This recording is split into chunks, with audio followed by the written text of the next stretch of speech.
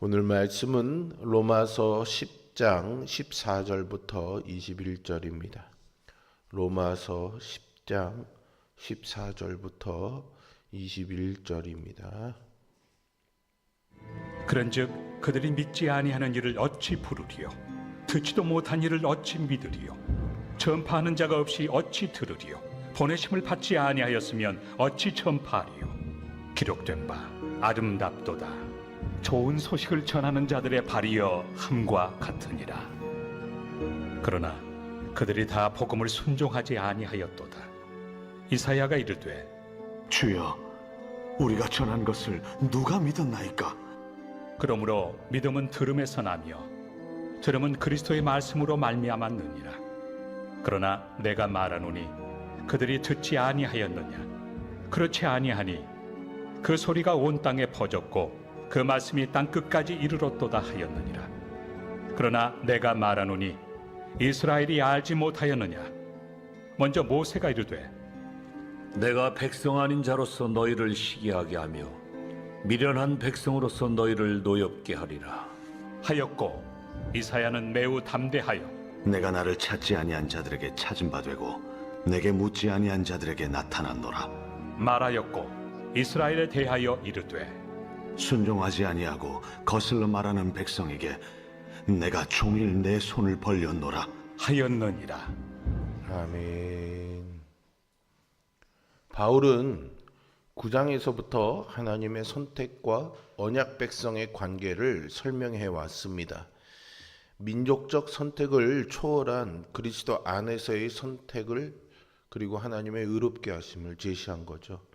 바울은 언약 백성의 지위를 맹신해 하나님의 의를 따르지 않고 자신의 의를 내세운 이스라엘의 실패를 지적하는데 주저함이 없었습니다.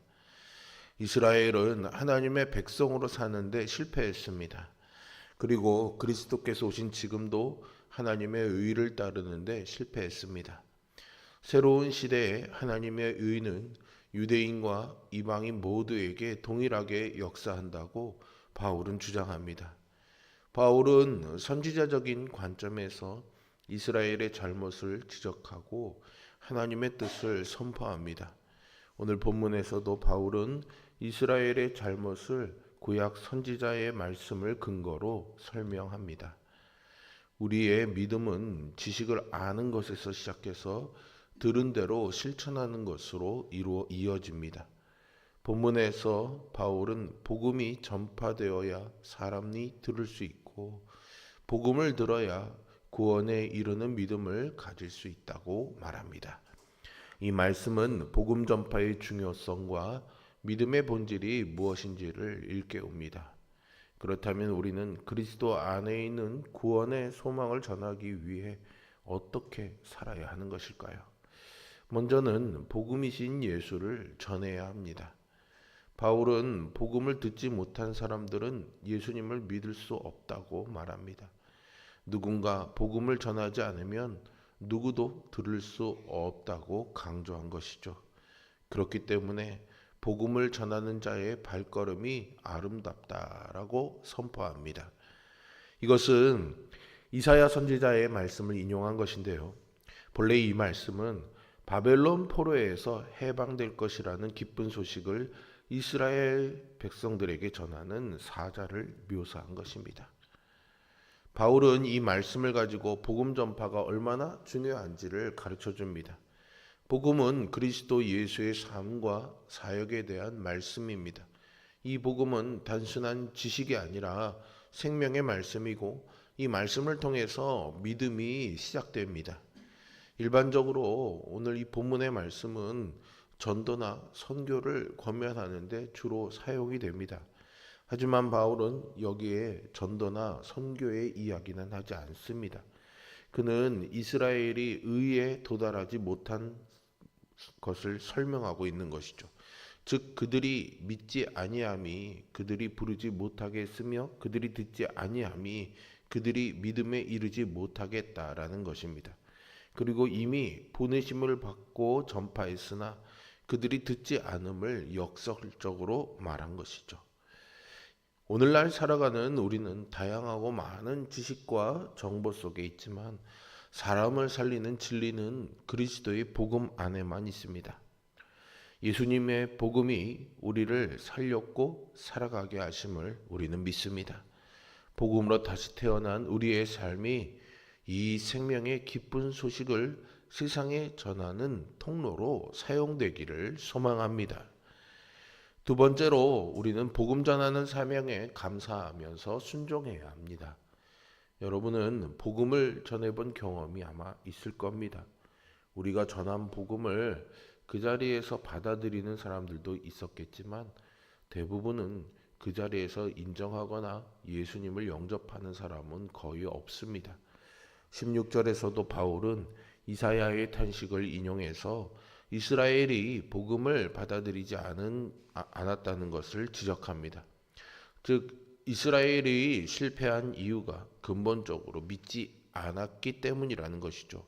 그리고 이와 같은 실패는 오늘날에도 반복되고 있음을 암시합니다. 바울은 이스라엘의 실패에 대해서 이야기할 때요, 순종이라는 개념을 사용합니다.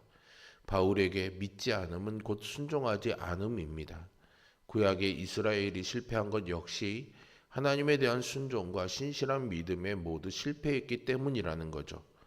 바울은 2장에서 이미 율법을 가진 유대인들이 율법을 행하지 않는다고 이야기했습니다. 7장에서도 율법이 있지만 행함이 없다고 설명했죠. 여기에서도 이스라엘이 처한 상황이 단순히 수동적인 불신이라기보다는 능동적인 불순종의 결과임을 강조합니다. 그래서 바울은 믿음이 들음에서 나며 들음은 그리스도의 말씀으로 말미암았느니라라고 분명히 말합니다. 믿음의 동력이 되는 들음은 하나님의 말씀, 그러니까 그리스도의 말씀이 선포될 때에만 생길 수 있습니다. 믿음은 들음에 기초하지만 또한 그리스도의 말씀을 통해서 나옵니다. 그렇다면 그 그리스도의 말씀은 무엇일까요? 예수님께서 주인 되신 것과 부활을 선포하는 내용이라고 할 수 있습니다. 이 말씀은 우리에게 맡겨진 전도의 사명에 감사함으로 순종해야 함을 일깨웁니다. 하나님의 약속은 하나님이 하나님의 때에 하나님의 방법으로 이루십니다.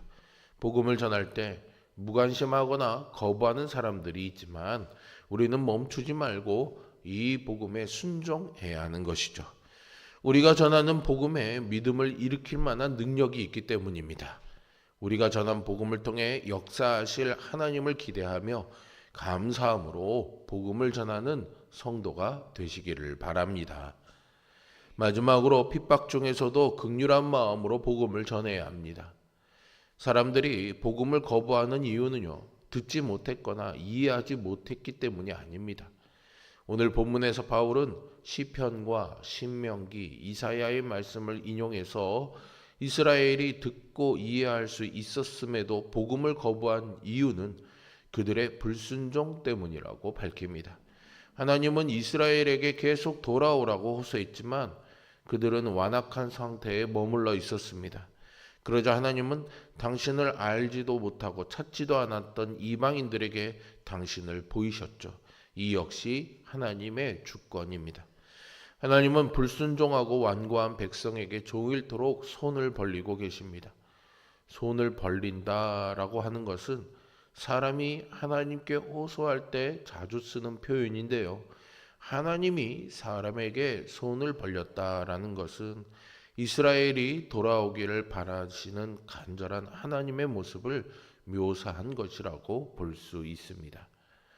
죄 있는 인간의 자율성과 자존심은요, 복음 앞에 무너지는 것을 좋아하지 않습니다. 그러나 하나님은 여전히 순종하지 않고 거슬러 말하는 사람을 향해 손을 내밀고 팔을 벌리고 계십니다. 하나님은 죄인을 향한 당신의 사랑을 절대로 포기하지 않으십니다. 그러므로 우리는 그 사랑을 기억하고 다시 한번 복음을 향한 열정을 회복해야 합니다. 세상에 곱지 않은 시선과 말들이 우리의 마음을 아프게 하지만 잃어버린 영혼을 향한 하나님의 긍휼을 품고 복음을 전하는 성도가 되기를 소망합니다. 본문은 우리에게 분명하게 말합니다. 복음을 들음으로 믿음이 생기고 그 믿음은 구원에 이르게 합니다. 그런데 그 시작은요, 누군가의 순종에서 시작됩니다. 하나님은 여전히 구원의 기쁜 소식을 전할 사람을 찾고 계십니다. 들을 귀가 열리고 믿음이 싹 트는 역사는 바로 복음을 전하는 자의 순종에서 시작됩니다. 삶의 자리에서 우리 모두가 그리스도의 복음을 전하는 순종하는 자가 되기를 소망합니다.